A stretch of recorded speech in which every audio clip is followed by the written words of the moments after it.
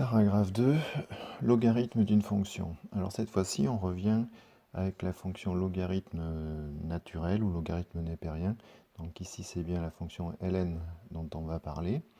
Mais cette fois-ci, on ne va pas prendre ln de x, mais ln d'une fonction de x. Alors, vous allez voir que cette nouvelle fonction va avoir des propriétés sensiblement équivalentes à la précédente. Alors il va falloir adapter avec la fonction u de x qu'il contient. Alors première partie, les limites.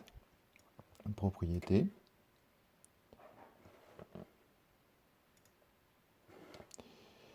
Donc soit u une fonction définie, dérivable et strictement positive sur un intervalle grand I de grand R. Alors ça c'est très important pour la définition du logarithme de cette fonction u. On désigne par a soit un réel, soit plus l'infini, soit moins l'infini. On reprend la notation standard que l'on avait sur les limites vues dans un chapitre précédent. Eh bien, si la limite quand x tend vers a de u de x est égale à plus l'infini, alors la limite quand x tend vers a de logarithme de u de x est égale à plus l'infini. Si la limite quand x tend vers a de u de x est égal à un nombre réel petit b, alors la limite quand x tend vers a de logarithme de u de x sera égale à logarithme de b. Et troisième cas, si quand x tend vers a, la limite de u de x est égale à 0, alors 0 par valeur positive bien sûr, alors limite quand x tend vers a de logarithme de u de x est égale à moins l'infini. Alors, en application, voilà comment on va rédiger. C'est surtout un problème de rédaction ici. Déterminer les limites de ln de 4x-1 aux bornes de son ensemble de définition. Alors, 1/4 plus l'infini. On comprend bien que pour que la fonction 4x-1 soit à valeur positive, eh bien, il faut que 4x-1 soit supérieur ou égal à 0, supérieur strictement à 0, pardon, et donc que x doit être strictement supérieur à 1 sur 4. Alors, comment allons-nous rédiger cette chose-là? Alors tout d'abord, on s'intéresse à la limite en plus l'infini. Et en plus l'infini, 4x-1 c'est une fonction affine, donc la limite quand x tend vers plus l'infini de 4x-1 est égale à plus l'infini.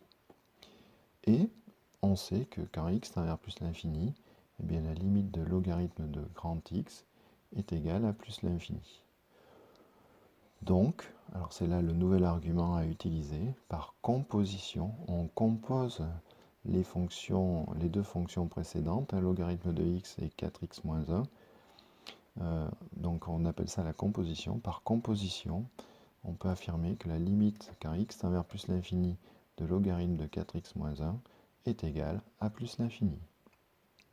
En résumé, vous déterminez la limite de la fonction à l'intérieur du logarithme et ensuite vous appliquez à cette limite le logarithme.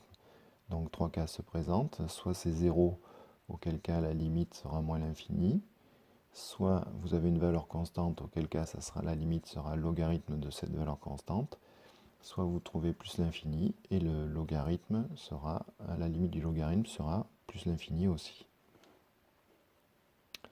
Alors, on avait dit aux bornes de son ensemble de définition. Donc regardons ce qui se passe pour la seconde limite, c'est-à-dire en 1/4. Eh bien, la fonction 4x-1 est complètement définie quand x tend vers 1/4 et elle vaut 0, il suffit de remplacer x par 1/4. Alors on est bien d'accord, c'est 0 plus, puisque on va prendre 1/4 par valeur supérieure, et donc on est bien, encore une fois, pour des valeurs positives.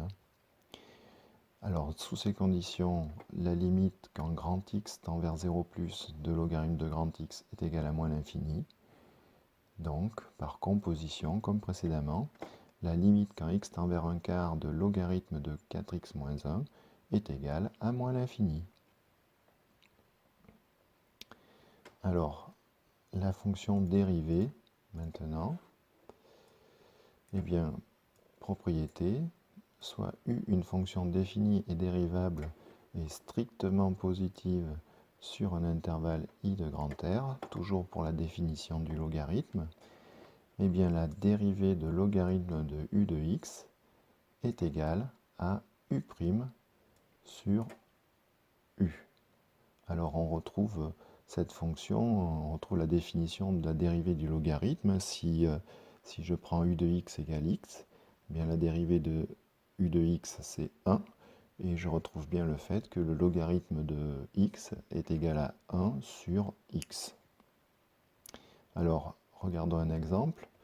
Bien évidemment, ce qui va être important, c'est dans un premier temps de déterminer les valeurs de x pour laquelle notre fonction u de x est dérivable et surtout à valeur positive. Alors ici, on a comme exemple soit f de x égale logarithme de x carré moins 3x plus 2. Donc on voit bien que u de x, c'est x carré moins 3x plus 2. C'est donc un trinôme. Alors on revient au chapitre de première sur la résolution d'un trinôme, et ici plus particulièrement sur la détermination du signe de ce trinôme. Alors on commence par calculer le discriminant, b carré moins 4ac, soit 9 moins 4 fois 1 fois 2. Je vous laisse vérifier les calculs, ce qui fait 1. Donc delta est positif, et donc la fonction u est du signe de 1. 1 c'est le coefficient en petit a, à l'extérieur des racines.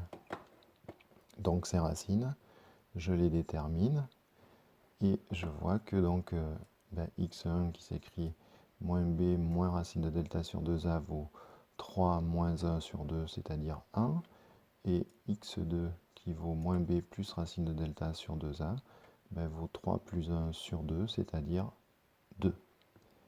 Donc, en résumé, x est défini donc sur moins l'infini plus l'infini, et donc u de x eh bien, sera positive à l'extérieur des racines, c'est-à-dire entre moins l'infini et moins 1, et 1, pardon, et ensuite entre 2 et plus l'infini, et négative ailleurs.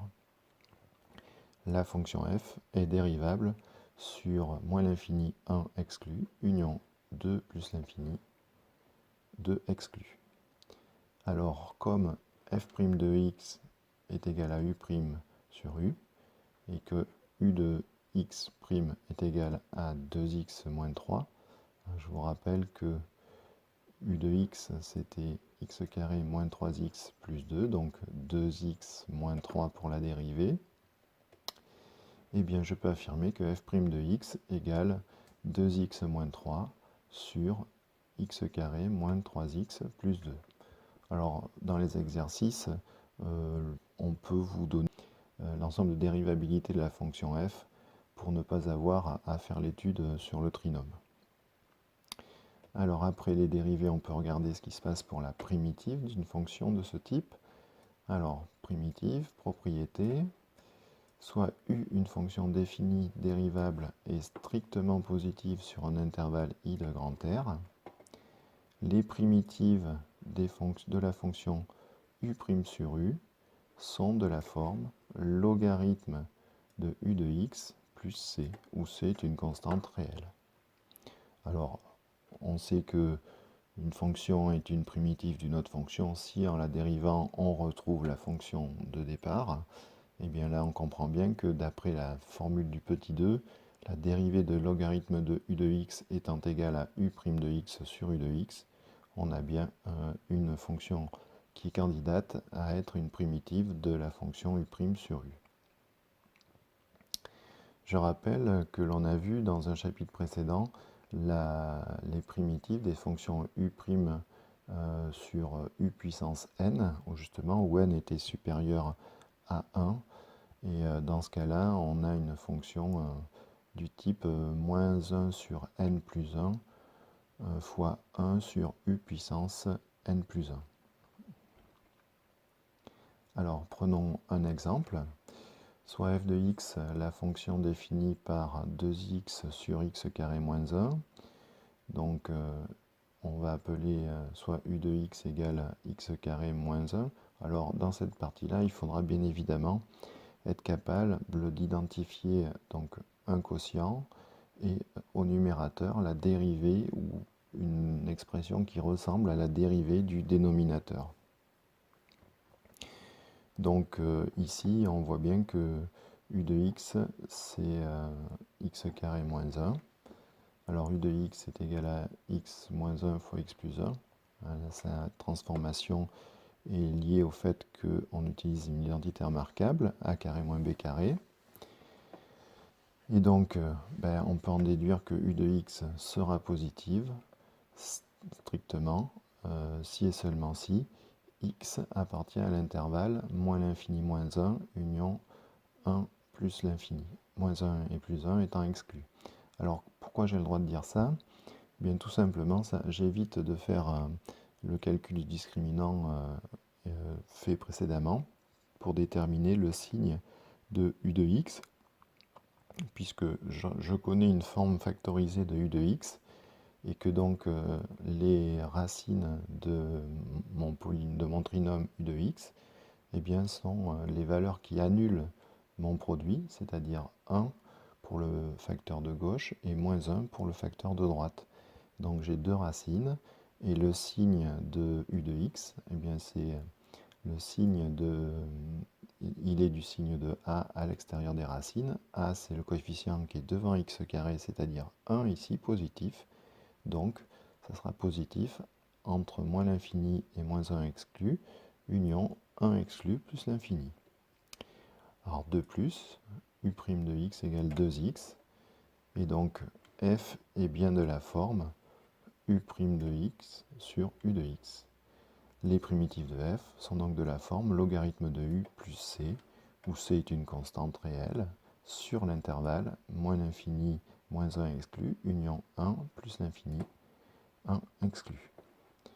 Donc ln de x au carré moins 1 plus c est la primitive de la fonction f initiale.